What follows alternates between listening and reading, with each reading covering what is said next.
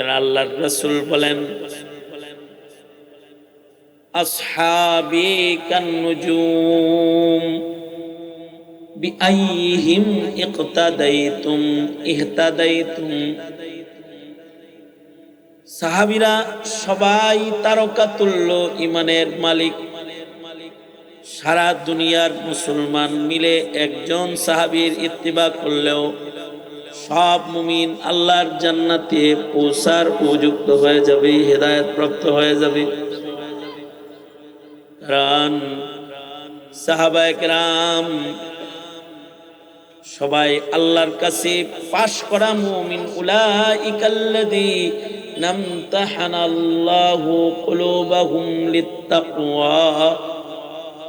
তারা ঈমান শিখছেন নবীর কাছে, আমল শিখছেন নবীর কাছে, আর পরীক্ষা দিয়া পাশ করছেন তারা সবাই আল্লাহর কাছে।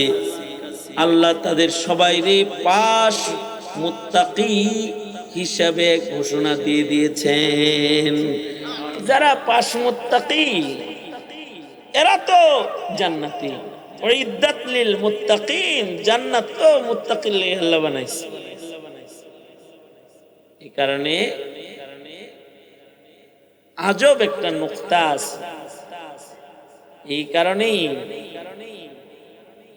সাহাবায়ে কেরামের ঘুমের কথা কেউ আল্লাহ পাক পৃথিবীর সব জাগ্রতদেরকে ঘুম থেকে জাগাইতে শোনায়।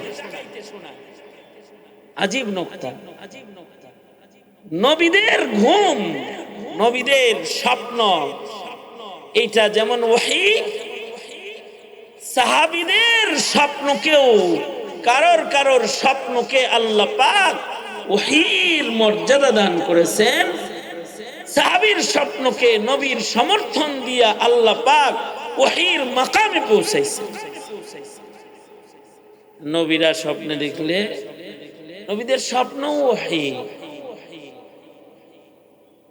ইব্রাহিম আলাইহিস সালাতু ওয়াস সালাম নিজের ছেলেকে বলে, ইয়া বুনাইয়া ইন্নী আরা ফিল মানামি আন্নী আযবাহুকা ফানজুর মাযা তারা।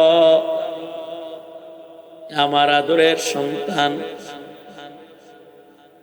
আমি ইব্রাহিম স্বপ্নে দেখছি তোমায় আমি আল্লাহর রাহে, আল্লাহর জন্য কুরবানি দিতেছি, জবাই করতেছি, তোমার কি রায় জানাও। ইসমাইল, খলিলের সন্তান ইসমাইল, খলিলুল্লাহর ওরসের জবিহুল্লাহ, তো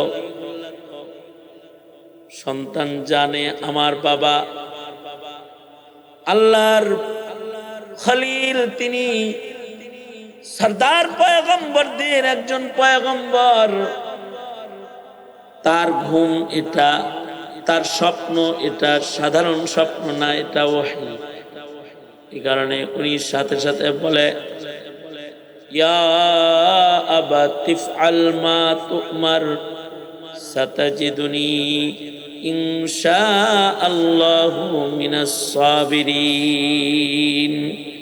নবীদের স্বপ্ন ওহী। আমাদের নবী আলাইহিস সালামের স্বপ্ন ওহী। নবীদেরকে শয়তানের স্বপ্ন দেখাইতে পারে না।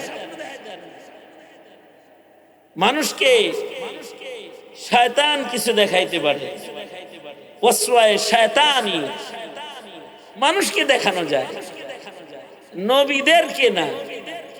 নবীরা এত উন্নত মানুষ যে তাদেরকে স্বপ্ন যোগে শয়তান আমরা ঘুমাইলে ঘুমাইয়েই যাই, আর নবী ঘুমাইলে নবী কি বলে, আমার চোখ ঘুমায়, কাল্ব জাগ্রত থাকে। সাধারণ মানুষের ঘুম আর নবীদের ঘুম কি এক না? তা আল্লাহর রাসূল সাল্লাল্লাহু আলাইহি ওয়াসাল্লামের সাহাবী, তাদের স্বপ্নর মর্যাদা আল্লাহ পাক সারা দুনিয়ায় কিয়ামত পর্যন্ত আনেওয়ালা মানুষের কাছে তুলে ধরছে। কেউ যেন সাহাবীর বিপক্ষে কথা বলার জিহ্বা বাইর করার সুযোগ না পায়। ইসলামের পয়লা যুগে মসজিদে নববীতে নবীজি বসে থাকতেন, সাহাবীরা আইতো আইতো, কেউ আগে আইলো কেউ দেরিতে আইলো, আইলে তারপরে নবীজি নামাজে দাঁড়াইতেন, ইমামতি করতেন। সমস্যা, সাহাবীদের জন্য অপেক্ষা করতে হয়। অথবা নবীজি নামাজ সবাইকে নিয়ে জামাত করে ফেললে কেউ যদি জামাত না পায় তাহলে তার হৃদয়ে আগুন জ্বলে যায়, হ্যাঁ জামাত পেলাম না, নবীজির পিছে নামাজ পড়তে পারলাম না। কি করা যায়? এলানের ইন্তজাম হোক, আসো আসো মদিনাবাসী, জামাতের সময় হয়েছে, নবীজি কিন্তু এখন মুসাল্লার দিকে আইতাছে, তোমরা যদি কেউ কল্যাণের দিকে আসতে চাও তাহলে নবীর পিছে আইসা দাঁড়াও। এমন এলান হওয়া লাগবে। তো এলানটা কিভাবে হবে? নবীজি সলা পরামর্শ বসলেন। সাহাবায়ে কেরামের কেউ কেউ বলে, সরকার গো, নামাজের জামাতের সময় হয়ে গেলে ঘন্টি বাজানো হবে, ঘন্টির আওয়াজ শুনে আমরা সব একসাথে জড়ো হয়ে যাব, আপনি আমাদের নিয়ে নামাজ আদায় করবেন। আল্লাহর রাসূল বলেন, ঘন্টি মুশরিকদের শিআর, পূজার ভেতরে ঘন্টি বাজায়, ঘন্টি বাজায় মুসলমান ইবাদত করতে পারে না, এটা মুসলমানদের কাজ হতে পারে না। দল বলে, আল্লাহর নবী, তাইলে মসজিদের সামনে আগুন জ্বালায় দেওয়া হবে। আগুন জ্বালায় দিলে ধোঁয়া আকাশে উড়বে, তখন দূর থেকে ধোঁয়া দেখি সবাই বুঝবে আসসালাতু কাইমা, নামাজ দাঁড়ানোর কাছাকাছি সময় হয়ে গেছে। সবাই মিলে মসজিদে দৌড়ে চলে আসবে, আপনার পিছে নামাজ পড়বে। আল্লাহর রাসূল বললেন, পৃথিবীতে বদতরিন মুশরিক হলো অগ্নি পূজকেরা। আগুন জ্বালায়া একদল মুশরিক পূজা কইরা আল্লাহর সাথে শিরিক করে, সেই আগুন জ্বালায়া এক আল্লাহর গোলামি সেজদার জন্য কাউকে ডাকা যায় না, এটাও চলবে না। পরামর্শ সলা পরামর্শ হইতাছে, আগুন জ্বালাবেন, অগ্নি পূজারীরা এই পৃথিবীর নিকৃষ্ট এক জাতি। পৃথিবীর কোন বানোয়ার ধর্মের ভেতরেও অগ্নি পূজকদের মতো নিকৃষ্ট নিয়ম অন্য ধর্মে খুঁজে পাওয়া যায় না। কারোর ধর্মে নিয়ম আছে, মুত খাও গোবর খাও, উৎকৃষ্ট নিয়ম নাকি? দেখো, এই রকম অগ্নি পূজকদের ধর্মে কিছু নিকৃষ্ট নিয়ম আছে যা অন্য ধর্মের মধ্যে এত নিকৃষ্ট নিয়ম খুঁজে পাওয়া যায় না।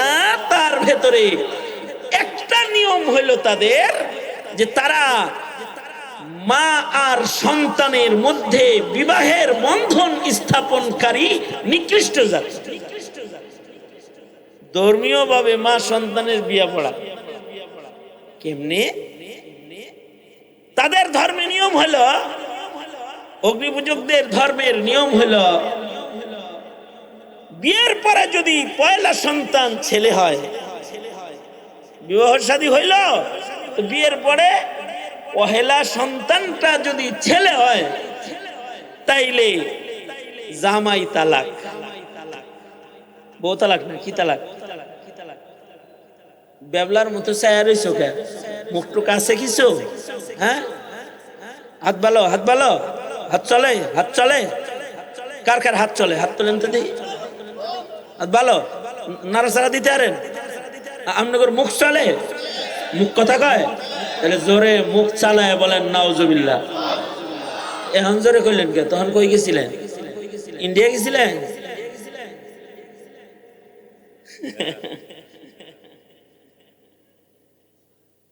মা আর সন্তানের মাঝখানে দিয়ে দেয় এমনি। স্বামী স্ত্রীর বিয়ের পরে যদি পয়লা সন্তান ছেলে হয় তাইলে জামাই তালাক, বউ তালাক কি তালাক, এটা তালাকটা হয় কার পক্ষ থেকে? আসলে তালাক কার পক্ষ থেকে? স্বামীর পক্ষ থেকে। আর ছেলে হইলে তালাক হয় তখন ওদের ধর্মে কার পক্ষ থেকে? স্ত্রীর পক্ষ থেকে জামাই তালাক। এ কারণে নারীদের ডিভোর্স দেওয়া, যেটা পুরুষকে মন চাইলই আর একটা লেটার পাঠাইয়া দিয়া কইল তোর ঘর করলাম না, এটা হলো ইহুদিদের নীতি না, এটা হলো অগ্নি পূজকদের নিয়ম। খোলা তালাকের নিয়ম শরীয়তে ইসলামে আছে। খোলা তালাক এত খোলামেলা না। বিয়া শাদী করাস বেটা, কিতাব তালাক পড়া তারপরে বিয়ে করবি। এই জন্য মাদ্রাসায় মৌলবী বানানোর আগে কিতাব তালাক পড়ানো হয়, যেন তালাক দিতে যে বেশ না লাগায়। এমএ পাস করো, তালাক দেওয়া শিখো না। এমএ পাস করে সরকারি চাকরি নাই করতে আরো বউটা পালতে পারো না মিয়া, তালাক হয়ে যায় তা আন্দাজও জানো না যে তোমার বউ তালাক হয়ে গেছে। এই তো পরে মোল্লার পিছে পিছে ঘুরো। যাই বেশি গেলে হুজুর কি ভাবে নিকৃষ্ট কায়দায় বলে থাক। আসলে কিছু কথা আছে না উৎকৃষ্ট কায়দায় বলার উপায় নাই। কিছু কিছু কথা আছে যেগুলো উৎকৃষ্ট কায়দায় বলার উপায় নাই। তাদের নিয়ম হলো জামাই তালাক। জামাই তো তালাক হইল, এখন কি ঘটে? এখন ঘটে হইলো এলাকার পুরুষরা এসে জামাইরে সান্ত্বনা দিয়ে কয় কান্দিস না, কান্দিস না, আর একটা বিয়ে করাই দেব। আর এলাকার নারীরা ফুলের মালা নিয়ে এই মহিলার কাছে এসে বলে তুমি বড় ভাগ্যবান, তোমাকে আগুন খোদায় একটা ইনটেক স্বামী দান করেছে, যে স্বামীর সাথে পৃথিবীর আর কোন নারীর ছোঁয়া লাগবে না, তুমি নিজেই নিজের মতো লালন পালন করে নিজের জামাই বানাইলো। নাউজুবিল্লাহ, তুমি ভাগ্যবান। এই নিয়ম এখন তার ছেলেই হের জামাই। এইরকম অসংখ্য বাজে নিয়ম অগ্নি পূজকদের ধর্মে বিদ্যমান ছিল। সাবেক ফ্যাসিস্ট ওরা যেমন মুত আর গোবর খাওয়ানোর দলের ভক্ত, ঠিক ওরা আগুন পূজারীদেরও ভক্ত। এ কারণে শিখা চিরন্তন অনির্বাণ নির্মাণ করে বাংলাদেশের মানুষকেও আগুন পূজা ওরাই করাতে চেয়েছিল। আলেমরা আওয়াজ তুলেছে তো মুসলমান যায় না, কুত্তাও যায় না মুসলমানের দেশের কুত্তা। শিখা চিরন্তন, শিখা অনির্বাণ।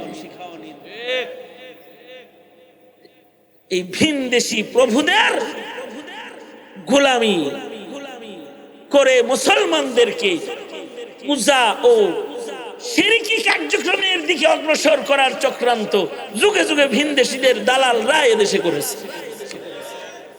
এই পৃথিবীতে মানুষের ভেতরে আল্লাহর কাছে সবচেয়ে প্রিয় মানুষের দল যারা, প্রিয় দলটা হলো নবীদের দল। তারা শ্রেষ্ঠ। নবীরা আল্লাহর কাছে সর্বাধিক মাহবুব, প্রিয়। নবীরা মাসুম, নবীদের গুনাহ নাই। নবীরা আল্লাহ পাকের নির্বাচিত। তবে নবীদের পরে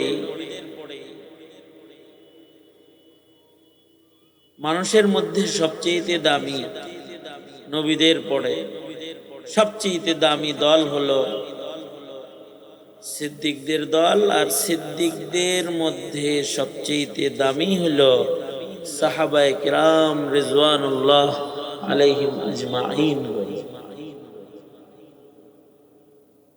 আল্লাহর রাসূল সাল্লাল্লাহু আলাইহি ওয়াসাল্লামের যত সাহাবী আছে সবাই সবাই সিদ্দিক, জামাতে সাহাবা সকলেই সিদ্দিক। আল্লাহর রসুলের সান্নিধ্যের বরকতে নবীদের মধ্যে যেমন শ্রেষ্ঠ আছে, দামি আছে, সিদ্দিকদের ভেতরে সর্বশ্রেষ্ঠ হলো হযরত আবু বকর সিদ্দিক রাদিয়াল্লাহু আনহু। আর ওনার পরেই যারা সিদ্দিকদের মধ্যে শ্রেষ্ঠ তারা হলো নবীজির লক্ষাধিক সাহাবী, যারা ঈমানের সাথে আল্লাহর রসুলের সাক্ষাৎ মুলাকাত পাইছেন। ওনারা হলো আল্লাহর কাছে সবচেয়ে দামি। এই কারণে আল্লাহর পছন্দ হইল মাইকেলায় ভিতরে আওয়াজ দে, ভিতরে আওয়াজ দে, এর আওয়াজ বন্ধ করো। ওটা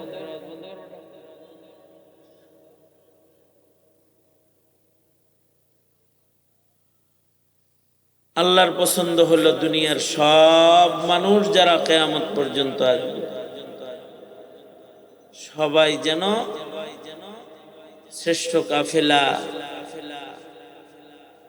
নবীদের পরে যে শ্রেষ্ঠ কাফেলা সাহাবীদের কাফেলা,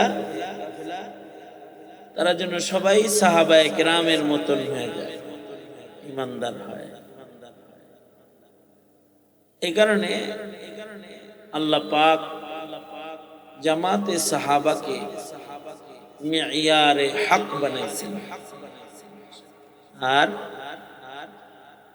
সাহাবায়ে কেরামের মতন ঈমান আনতে দুনিয়ার ইকো বন্ধ কর, সাহাবায়ে কেরামের মতো ঈমান আনতে দুনিয়ার সব মুমিনদেরকে আদেশ করছেন। আমিনু কামা আমানান নাস, সাহাবীরা যেমন ঈমানদার তোমরা এরকম ঈমানদার।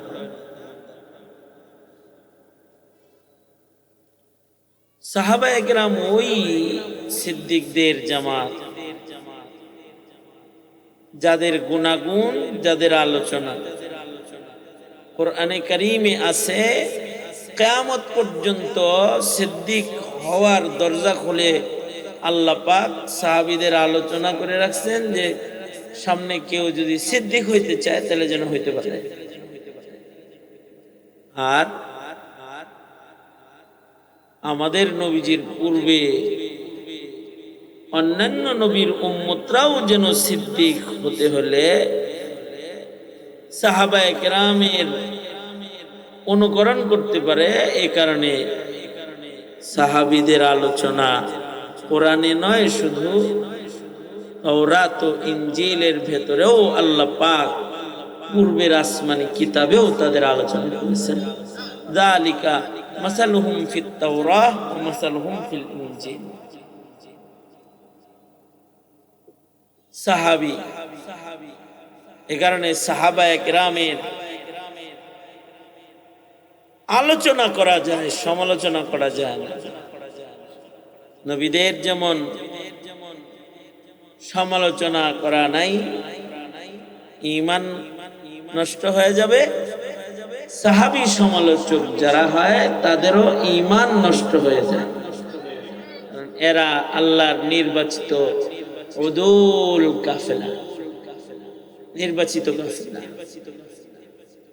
আহলুস সুন্নাতি ওয়াল জামার আকীদা হলো যারা সাহাবায়ে কেরামের পিছে পড়বে ওরা আহলুস সুন্নাহ থেকে বাহিরে। যত বড় পণ্ডিত হোক সে, আবুল আলা মওদুদী সাহেব পণ্ডিত ছোট না, অনেক বড়, কিন্তু সাহাবী ধরার কারণে ছিটকে পড়ে গেছে, মূল্যায়ন নাই। কেন?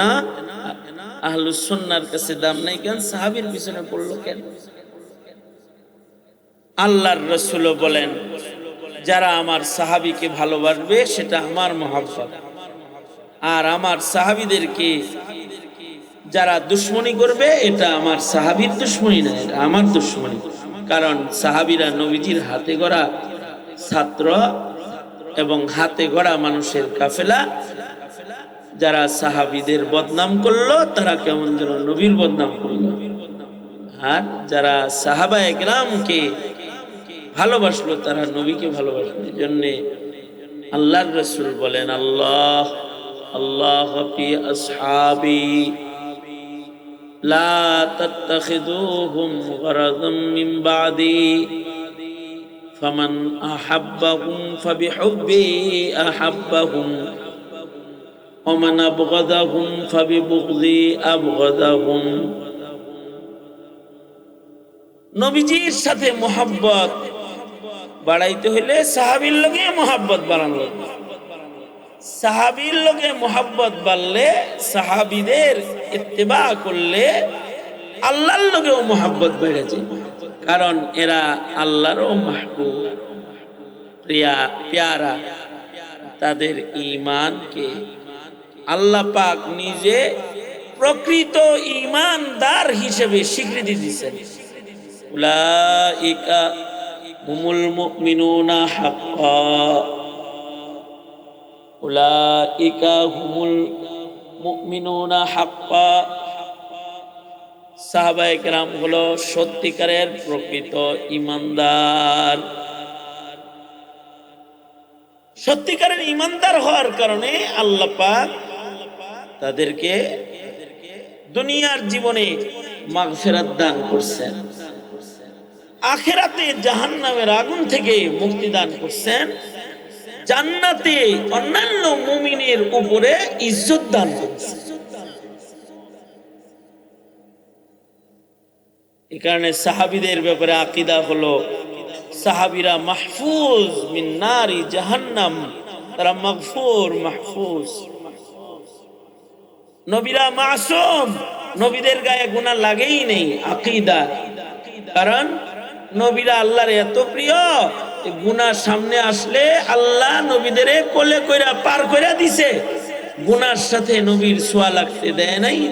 ইউসুফ আলাইহিস সালামকে জুলাইখার বন্ধ দরওয়াজা খুইলা বের করে লয়ে গেছে।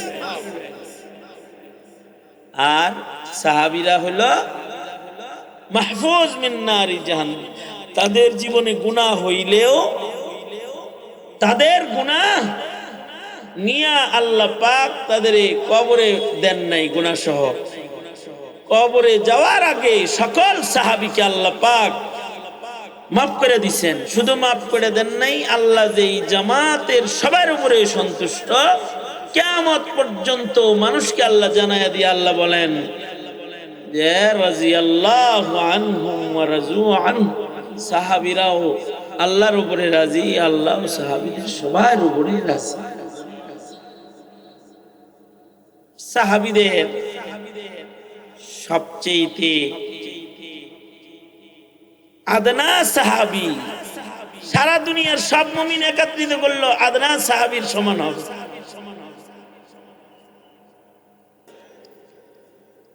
যাই হোক, এগুলো আমার কথা না, ফাঁক দিয়া মাজুসিদের কিছু নিকৃষ্টতা শোনাইলাম আর কি। সকর করো খোদার যে মুসলমান তুমি, আর তোমার ধর্মের নাম ইসলাম। সকর করো খোদার, বলুন আলহামদুলিল্লাহ। সকর করো, ধর্মের নাম ইসলাম।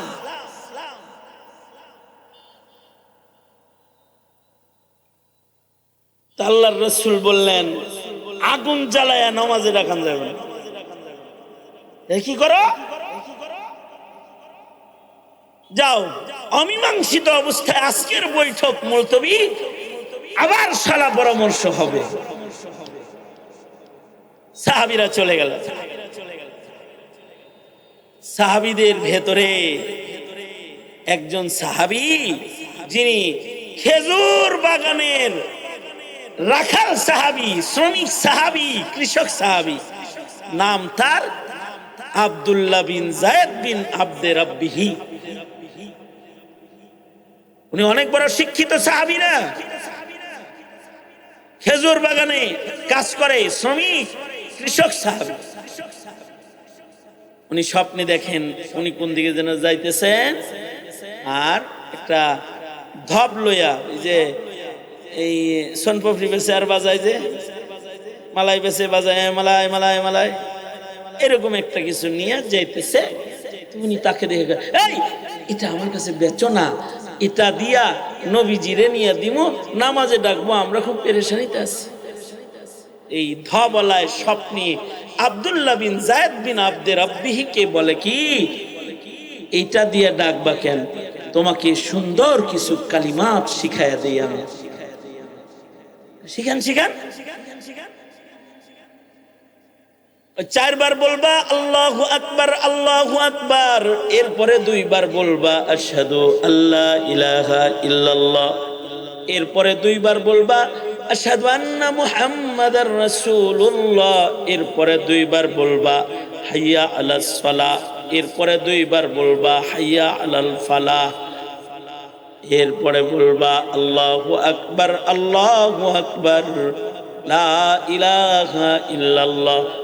উঁচা জায়গায় দাঁড়ায় ইলান করবা হাইয়া আলাস সালাহ।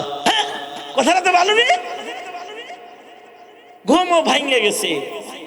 আব্দুল্লাহ বিন যায়েদ বিন আব্দে রাব্বিহি স্বপ্নে পাওয়া এই কালিমাত গুলো নিয়ে নবীজির কাছে গেছে। পাশে শিক্ষিত সাহাবী মেজাজে ওহী উমর একই স্বপ্ন দেখে চুপ করে বসে রইছে। উমর বসে রয় নাই, আল্লাহ উমরে বসায় রাখছে, মুখ খুলতে দিতেছে না। আর একটা কৃষক সাহাবীর মুখ খুলে দিছে, কৃষক সাহাবীর ফজিলত উপরে উঠাইতেছে, আল্লাহ তাআলা দুনিয়াবাসীকে দেখাইতেছে সাহাবী তো সাহাবী, এটা খেজুর বাগানের রাখাল হইলে কি হবে, তার কথার কত দাম। নবীজি শূন্য টুন্য কয়, কোন ধবলা আসে নাই। স্বপ্নে যারা দেখছ এ আল্লাহর ফিরিস্তা তোমারে আজান শিখাইতে আইছিল। আল্লামাকাত তাজিন, তুমি সাহিবুল আজান, পৃথিবীর ইতিহাসে তুমি আজানকে আগমন করানোর ব্যাপারে আল্লাহ তোমাকে ব্যবহার করেছে, তুমি নির্বাচিত। বেলালকে ডাকো, তার গলার আওয়াজ উঁচু, 5 বেলা বেলাল আজান দিবে। শুধু 5 বেলা বেলাল আজান দিবে না, আমার এই সাহাবীর দেখা স্বপ্নের আজান, এইটা স্বপ্ন নয়। রুইয়াতুকা সাদিকান সালিহান, তার স্বপ্নটা ওহীর মতন, এটা সত্য। আল্লাহর রাসূল সমর্থন দিয়ে বললেন, এর কথাগুলো দিয়ে কিয়ামত পর্যন্ত আল্লাহ তাআলা কিয়ামত পর্যন্ত প্রতিটি মসজিদ থেকে সিজদার ইবাদত করার জন্য এই কথা দিয়েই ডাকাডাকি করা হবে। শুধু তাই নয়, রাসূল আরো খবর দিলেন, এই আজানের আওয়াজ যতদূর যাবে ততদূর শয়তান থাকবে না। এই আজান যে মুয়াজ্জিনে দেবে তার গর্দান হাসরের মাঠে উঁচা উঁচা হবে। এ কারণে হযরত ওমর খেলাফতের দায়িত্ব পাওয়ার পরেও হযরত ওমর আফসোস করতেন যে হায়, যদি আমাকে মুয়াজ্জিন বানাইতো তাহলে ভালো হইতো। কারণ মুয়াজ্জিনদের গর্দান হাসরের মাঠে উঁচা উঁচা হবে। এই আজান শুধু মসজিদে না, পৃথিবীর মাটিতে মুসলমানের ঘরে কোনো একজন মুমিন সদস্য জন্মগ্রহণ করলে সাহাবীর স্বপ্নে পাওয়া আজানটা কি তার কানে সবার আগে পৌঁছানো হয়। হাসান বসরি বলে, কানে সাহাবীর স্বপ্নের আজান পৌঁছানো হয়, আর আল্লাহ তাআলা কুদরতি কলম দিয়া আগন্তুক নব্য মুসলিম যে আগমন করেছে তার কলবের ভেতরে আল্লাহ নিজের হাতে কালিমায়ে শাহাদাত লিখে দেয়। এই হলো সাহাবী। সেই সাহাবীর সমালোচনা না, সেই সাহাবীর আলোচনা হবে, তার গুণ আলোচনা হবে, তার ইত্তিবা হবে, তাদের অনুসরণ হবে। নবী বলে, আমিও আমার সাহাবীদের ইত্তিবাকারী যারা, হিদায়াতের উপরে তারা।